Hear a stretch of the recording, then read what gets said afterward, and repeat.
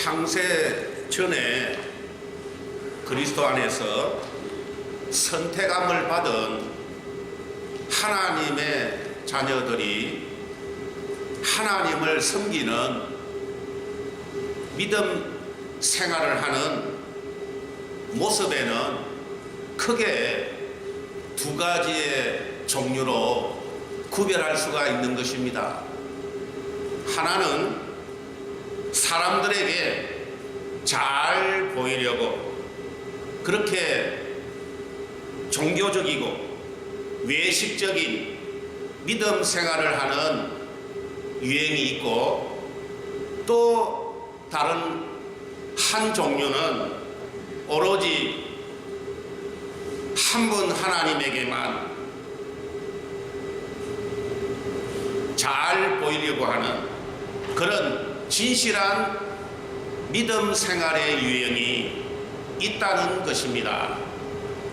오늘 읽은 마가복음 7장에는 이와 같은 두 가지 종류의 신앙인을 대조적으로 우리들에게 보여주고 있는 것입니다. 먼저 마가복음 7장 1절로 23절에는 종교적이고 예식적인 믿음 생활을 하고 있는 그 당시 유대교 지도자였던 서기관들과 바리새인들의 신앙을 보여주고 있으며, 그 다음 마가복음 7장 24절로 30절에는 오로지 하나님 한 분만 바라보고 하나님 한 분에게만 소망을 두는 진실한 믿음 생활을 하고 있는 스로보니게 여인의 신앙을 대조하여 우리에게 보여주고 있는 것입니다. 종교적이고 예식적인 믿음 생활을 하는 유대교 지도자들은 조상 대대로 입으로 전해지고 있는 장로의 유전이라는 것이 있었는데, 문제는 그 장로의 유전을 하나님이 지키라고 주신 율법보다도 더 소중히 실천하였다는 데 있는 것입니다. 이것은 그들의 믿음이 전적으로 종교적이고 예식적인 믿음 생활을 하고 있다는 것을 우리에게 보여줄 뿐만 아니라, 그들이 예수님으로부터 책망을 받은 이유가 바로 여기에 있는 것입니다. 그들은 예수님의 제자들이 전혀 손도 씻지 않고 식사하는 것을 목격하였을 때에 장로의 유전을 금하였다고 즉시 비난하였습니다. 이에 대하여 예수님께서는 씻지 않는 손으로 먹는 것이 더러운 것이 아니라 마음으로부터 나오는 것이 사람을 더럽게 한다, 그렇게 말씀하시면서 유대교 지도자들 바리새인들의 외식적인 믿음 생활을 책망하셨던 것입니다. 예수님께서는 밖으로 드러나는 종교적이고 예식적인 그런 믿음의 태도보다는 그 사람 내면에 있는 진실한 믿음을 요구하신 것입니다. 목회를 하다 보면은 여러 종류의 믿음의 사람들을 만나게 되는데, 어떤 사람은 신앙의 연조가 오래되었음에도 불구하고 자신만의 신앙으로 굳어져서 몸이 건조한 종교 생활을 하고 있는 그런 사람이 있습니다. 그러나 어떤 사람은 믿음이 없는 것 같은데 대화를 나누어 보면은 너무나 순수하고 은혜를 사모하는 진실로 열정 있는 신앙인의 모습을 발견하기도 하는 것입니다. 그런 사람을 발견할 때에는 마치 밭에서 보화와 진주를 얻은 사람처럼 마음에 기쁨과 감동이 솟아오르기도 하는 것입니다. 오늘 본문에 소개하고 있는 수로보니게 여인이 바로 그와 같은 믿음을 소유한 사람입니다. 예수님께서는 갈릴리 지방을 떠나서 두로 지방으로 가셨습니다. 그곳은 이스라엘 국경을 넘어선 이방인의 지역으로 지중해를 바로 그 앞에 두고 있는 항구 도시였던 것입니다. 예수님께서는 그곳에 조용히 계시면서 그동안 충분히 쉬지 못한 휴식을 취하려고 이방인 두로 지방으로 가셨습니다. 그런데 예수님께서 두로 지방을 방문하자 말자 즉시로 그 소문이 그 마을에 퍼지고 말았던 것입니다. 때마침 그곳에 귀신 들린 딸을 둔 한 여인, 수로보니게 여인이 있었는데 이 여인이 예수님의 방문 소식을 듣자 말자 달려와서 예수님께 자기 딸의 귀신 들린 질병을 고쳐주실 것을 부탁했던 것입니다. 그러나 예수님께서는 그 여인의 부탁을 아주 냉정하게 거절하셨습니다. 마가복음 7장 27절을 보면은 예수께서 이르시되 자녀로 먼저 배불리 먹게 할지니 자녀의 떡을 취하여 개들에게 던지니 마땅치 아니하니라. 그 당시 유대인들은 이방인들을 사람의 모습을 하고 있는 개와 같은 짐승과 같은 그런 존재로 취급하였습니다. 그런데 더욱더 놀라운 사실은 이 여인은 이러한 모욕을 당하면서도 전혀 화를 내지 않고 예수님 앞에서 물러서지 않았다는 것입니다.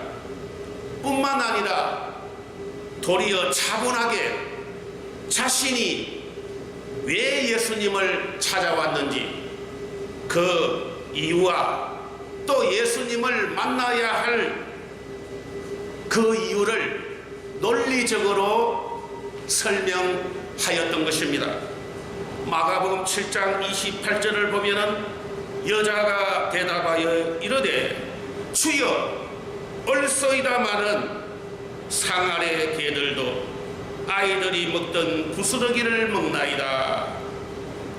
그렇게 믿음의 말을 고백하고 있는 여인의 말을 듣는 순간 예수님께서는 너무 놀라셨습니다. 사실은 예수님께서 그 수로보니게 여인에게 모욕을 주려고 그런 말을 한 것이 아니라 예수님께서 고의적으로 그녀의 믿음을 시험하기 위함인 것입니다. 그런데 그러한 믿음의 시험에서 수로보니게 여인은 예수님으로부터 합격 평가를 받게 된 것입니다. 그리하여 예수님께서는 기쁜 마음으로 그 여인의 믿음을 칭찬하셨습니다. 마가복음 7장 29절에 예수께서 이르시되 이 말을 하였으니 돌아가라 귀신이 너의 딸에게서 나갔느니라.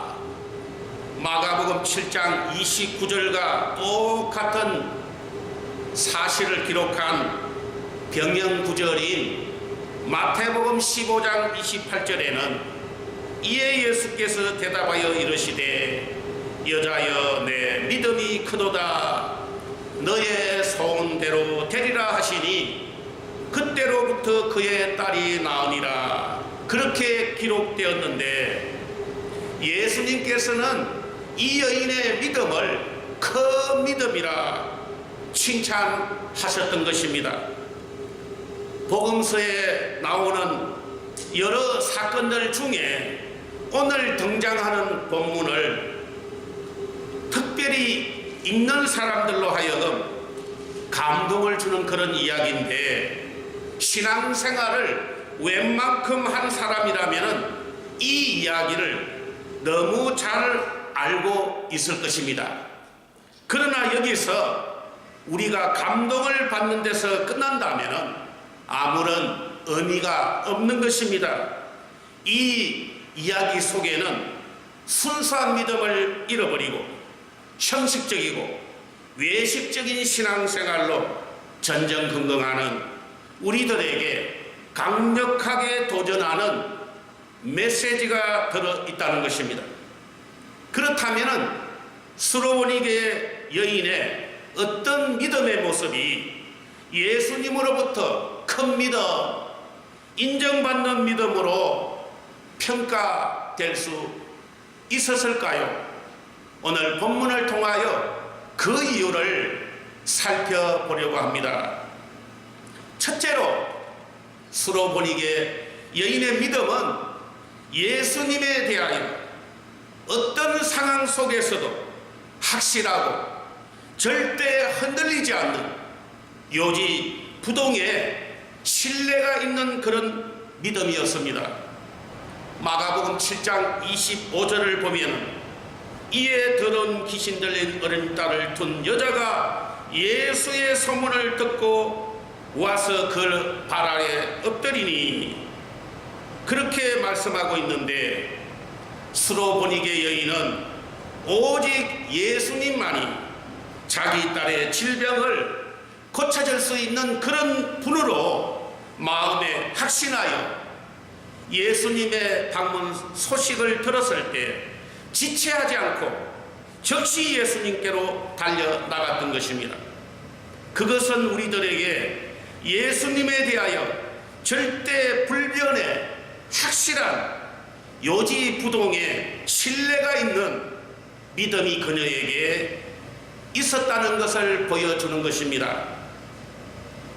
학생들이 대학을 지원하기 위하여 원서를 쓸 때에 그 대학에 들어가기를 확실하게 소원하는 학생들은 이렇게 할까 저렇게 할까 망설이지를 않습니다. 비록 자신이 그 대학에 지원하여 탈락할지라도 나는 그 대학, 그 학과에 들어가야 한다라고 하는 확신을 가지고 지원하는 것입니다. 그러한 확신이 있는 학생들은 가족을 동원할 필요도 없이 경쟁률도 따지지 않고 즉시로 원서를 제출하는 것입니다. 그러나 그 대학, 그 학과에 들어가야 한다는 확신이 없는 학생은 고민하는 시간이 길어집니다. 그리하여 결국에는 두 마리의 토끼를 잡다가 한 마리도 잡지 못하게 된다는 것입니다. 오늘 본문 마가복음 7장 25절에 등장하는 수로보니게 여인은 오직 예수님만이 자기 딸의 질병을 고쳐줄 수 있는 그런 분으로 마음에 확정했고, 그리하여 예수님의 방문 소식을 들었을 때에 지체하지 아니하고 즉시로 예수님에게 달려 나갔던 것입니다. 두 마음을 품는 사람들에게는 믿음의 역사가 일어나지 않는 것입니다. 오늘날 많은 그리스도인들이 두 가지를 겸해서 섬기려고 합니다. 예수께서 마태복음 6장 24절에 한 사람이 두 주인을 섬기지 못할 것이니 혹 이를 미워하고 저를 사랑하거나 혹 이를 중히 여기고 저를 경히 여김이라.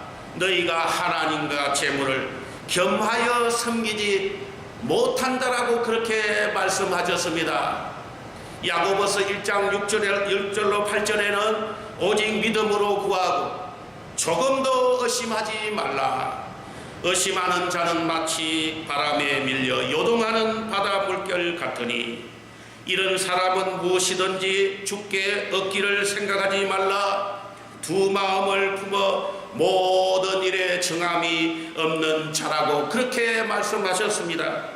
그러므로 우리들은 혹시 우리 믿음이 양다리를 걸치고 있지 않는지 생각해보고 점검해 보아야 됩니다.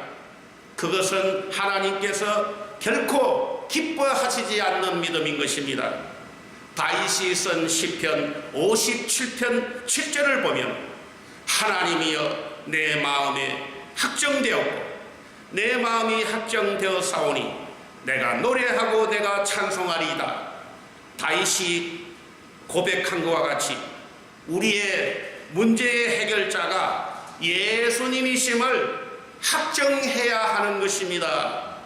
수로보니게 여인의 믿음이 예수님으로부터 큰 믿음, 인정받는 믿음으로 평가될 수 있었던 이유 두 번째는 수로보니게 여인의 믿음은 장애물을 극복할 수 있는 인내와 용기가 있었던 믿음이었기 때문인 것입니다.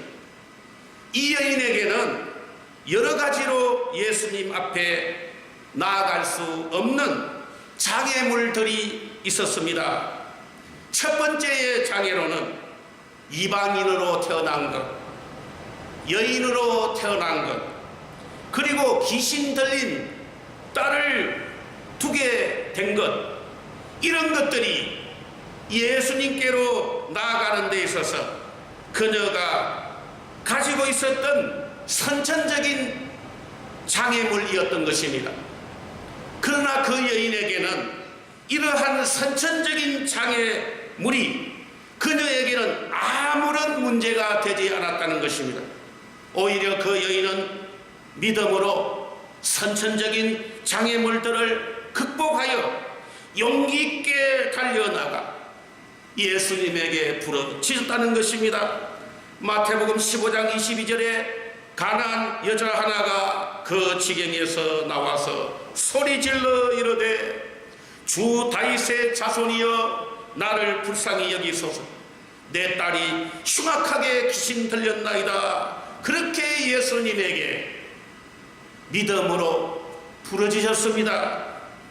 그리고 그녀가 두 번째로 부닥친 장애는 제자들의 방해와 예수님의 무관심한 태도였습니다. 제자들은 이방 여인의 요청을 귀찮게 여겼습니다. 그뿐만 아니라 예수님마저도 냉정하게 그 여인의 요청을 거절하셨던 것입니다. 마가복음 7장 27절에 예수께서 이르시되 자녀로 먼저 배불리 먹게 할지니 자녀의 떡을 취하여 개들에게 던짐이 마땅치 아니하니라. 수로보니게 여인이 자신의 처지를 생각하면 한없이 처량하고 속이 상했을 것입니다. 그의 유일한 소망이요 희망이 되시는 예수님께 나아가면 무엇인가 이루어지리라고 하는 기대를 가지고 믿음으로 나왔는데 이게 웬 말입니까? 그녀에게 돌아온 것은 모멸에 가까운 거절뿐이었습니다. 뿐만 아니라 예수님의 입에서 떨어진 말은 너무나 충격적인 말이었습니다. 자신의 처지를 이해하고 불쌍히 여겨주실 예수님으로 기대하였는데 도리어 그 여인의 아픈 곳을 강하게 찔렀다는 것입니다. 보통의 평범한 사람 같았더라면 전부 다 엎어버리고 믿음을 포기했을지도 모릅니다. 그러나 수로보니게 여인은 포기하지 않았습니다. 포기하면 그동안의 수고가 허사가 되기 때문인 것입니다. 누가복음 18장 1절에 보면 예수님께서 그들에게 항상 기도하고 낙심하지 말아야 할 것을 비유로 말씀하여 그런 말씀이 있습니다. 많은 사람들이 나름대로 믿음을 가지고 주님께 나옵니다. 내가 이렇게 믿음으로 살려고 애쓰고 믿음을 지켰으니 이제는 내게 응답해 주시겠지. 그러나 정반대의 현상들이 나타나게 됩니다. 아니, 이럴 수가 있습니까? 때때로 하나님께서는 우리 믿음의 분량이 어느 정도의 분량을 가지고 있는지 알아보시려고 우리를 시험하신다고 하는 사실을 깨달아야 합니다. 그래서 우리 앞에 여러 가지 종류의 장애물을 놓아두시는 것입니다. 때로는 넘어지기도 하고 다치기도 하고 일이 안 풀려 낙심하기도 하고 절망에 빠지도록 어려움을 주시는 것입니다. 그러나 그렇게 하시는 목적은 다름 아닌 우리 믿음을 더욱더 강화시켜 우리로 온전하고 구비하여 조금도 부족함이 없는 믿음의 사람이 되게 하시려는 것이 바로 하나님의 목적이라고 하는 사실을 깨달아야 됩니다. 야고보서 1장 2절로 4절에 내 형제들아 너희가 여러 가지 시험을 당하거든 온전히 기쁘게 여기라. 이는 너희 믿음의 시련이 인내를 만들어내는 줄 너희가 알미라. 인내를 온전히 이루라. 이는 너희로 온전하고 구부하여 조금도 부족함이 없게 하리라. 그렇게 말씀하셨습니다. 성공하는 사람들의 특징은 성공할 때까지 참고 인내하는 사람들이라는 것입니다. 낙심하지 말고 끝까지 인내를 온전히 이룰 때 주님께서 인정하여 주시는 것입니다.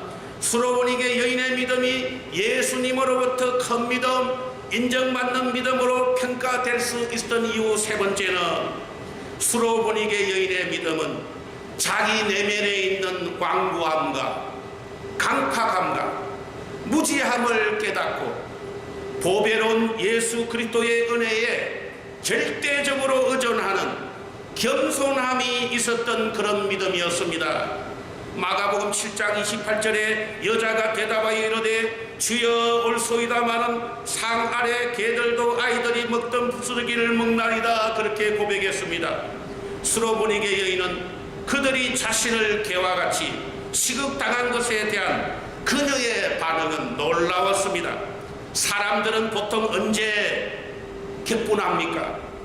자존심이 상했을 때, 배신당했을 때, 모욕을 당했을 때, 특별히 사랑하는 사람에게서 아니면 믿었던 사람에게서 이러한 일을 당하면 그 분노가 각절이나 정폭되는 것입니다. 그러나 이 여인은 예수님의 모욕적인 은사를 그대로 받아들여 믿음으로 삼켰습니다. 우리는 여기에서 자신을 개와 같이 비천한 존재로 인식하는 자기 부인의 믿음에 주목할 필요가 있다는 것입니다. 많은 그리스도인들이 자기를 부인하는 믿음, 자신의 육체적 욕구를 절제하지 못함으로 말미암아 믿음에서 실패하는 경우를 종종 보게 됩니다. 그러나 자기 자신에 대한 철저한 부정이 없이는 믿음의 성장은 물론이거니와 믿음의 길을 갈 수도 없다는 것입니다. 마태복음 16장 28절에 24절에 이에 예수께서 제자들에게 이르시되 누구든지 나를 따라오려거든 자기를 부인하고 자기 십자가를 지고 나를 따를 것이니라. 그렇게 말씀하셨습니다. 이 말씀의 배경에는 아직도 죽지 못하고 육신의 욕구를 쫓아내는 탐욕의 마음이 제자들에게 있었음을 알 수 있는 것입니다. 그러므로 자신에 대하여 완전히 죽어야 하고 하나님 앞에서 완전히 가루가 되어 소리가 나지 않아야 비로소 부드러운 옥토가 되는 것입니다. 그렇게 해야 믿음의 성장이 이루어지고 100배, 60배, 30배의 결실을 보게 된다는 것입니다. 그러나 자신의 욕심대로 방치하게 되면 믿음은 성장하지 않는 것입니다. 악한 자가 와서 길가에 뿌려진 말씀을 빼앗아가는 길가와 같은 자신의 믿음이 뿌리를 내리려고 할 때 뿌리 내리지 못하도록 방해하는 자갈밭과 같은 자신의 내면의 모습들, 믿음이 성장하려고 할 때에 가시덤불과 같이 세상의 염려와 재물의 유혹에 휩싸여 살아가고 있는 자신의 모습들, 그러한 모습들은 우리 자신들이 가지고 있는 마땅히 죽어야 할 교만한 모습들인 것입니다. 그러므로 전부 다 엎어야 하고 골라내고 걷어내야만 하는 신앙의 모습들입니다. 이 여인은 예수님 앞에서 자신의 모든 자존심을 버렸습니다. 그럴 때 멸시와 천대를 당함에도 불구하고 믿음으로 극복할 수 있었던 것입니다. 하나님께서는 겸손한 자에게 은혜를 주시나 교만한 자는 물리치십니다. 철저히 자신을 부인하고 포기하는 사람에게 은혜를 주시는 하나님이십니다. 결론적으로 예수께서는 그 여인에게 너의 믿음이 크도다 그렇게 말씀하시고 그 여인의 소원을 들어주셨습니다. 하나님께서 우리가 소망하는 것에 대하여 늘 관심을 가지고 계십니다. 내가 이루고자 하는 것들, 사업이든지 건강이든지 자녀 문제든지 직장 문제든지 다 가지고 주님 앞에 나오기를 원합니다. 그러나 믿음도 함께 가지고 나오기를 원하는 것입니다. 요한 3서 1장 2절에 사랑하는 자여 내 영혼이 잘됨같이 너가 범사에 잘되고 강건하기를 내가 간구하노라. 사도 요한의 강구 속에 그 우선순위가 분명히 드러나 있습니다. 육신이 잘되기를 원하기보다 먼저 영혼이 잘되기를 힘써야 한다는 것입니다. 내 영혼이 잘됨같이 너가 범사에 잘되고 강건하기를 내가 간구하노라. 믿음을 키우기 위한 그런 거룩한 욕심을 우리는 가져야 됩니다. 그러므로 우리들도 스로보니게 여인의 믿음처럼 예수님으로부터 인정받는 큰 믿음의 사람들이 되어 주님이 내려주시는 한량없는 은혜와 축복을 충만히 받아 누리는 그런 복된 저와 여러분들이 되시기를 주님의 이름으로 축원합니다.